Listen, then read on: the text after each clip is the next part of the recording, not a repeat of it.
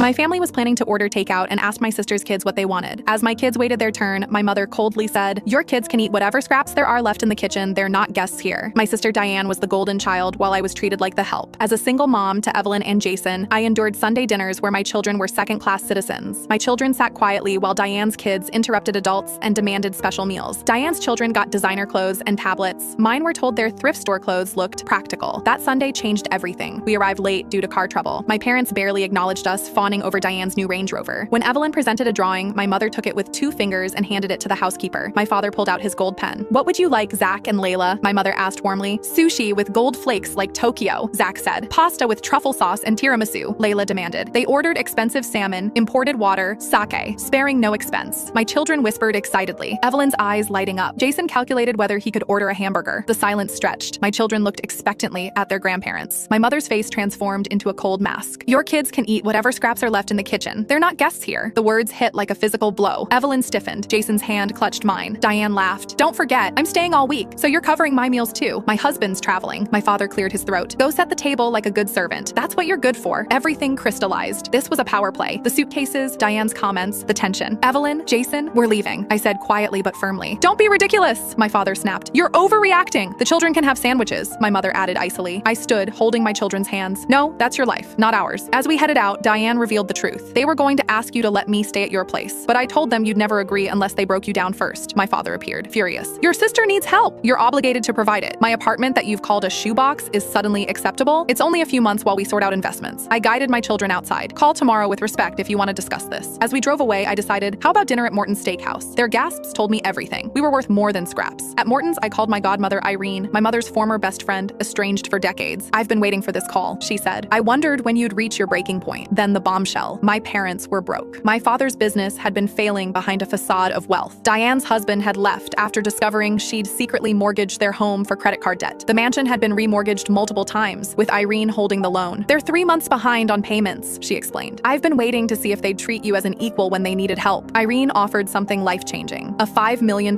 trust for my children and power over my family's financial future. The next morning, my entire family showed up, disheveled, desperate. My father tried pushing past me, but I stood firm. Inside, Irene sat with her attorney. Legal documents told the story. My parents' empire was collapsing, Diane faced foreclosure, and I now held their lifeline. "This is a family matter," my father protested. "I gained that right when you mortgaged your property to me," Irene replied. The truth emerged. Years of failed investments, secret debts, maintaining appearances while hemorrhaging money. They'd planned to manipulate me into housing Diane indefinitely. "We were going to compensate you," my father insisted. "By telling my children to eat scraps, I set my terms. Diane can stay 2 weeks while finding housing. You'll treat my home and children with respect. After that, I'll help you find affordable housing. Accept these boundaries or leave." My father was rendered speechless. 6 months later, writing from my new home purchased with Irene's help, the transformation is remarkable. My children play in the backyard, no longer accepting less. My parents downsized to a condo. Diane found an apartment and took her first job. The toxic dynamics slowly healed through therapy. Most importantly, my children learned what I wish I'd known. You teach people how to treat you.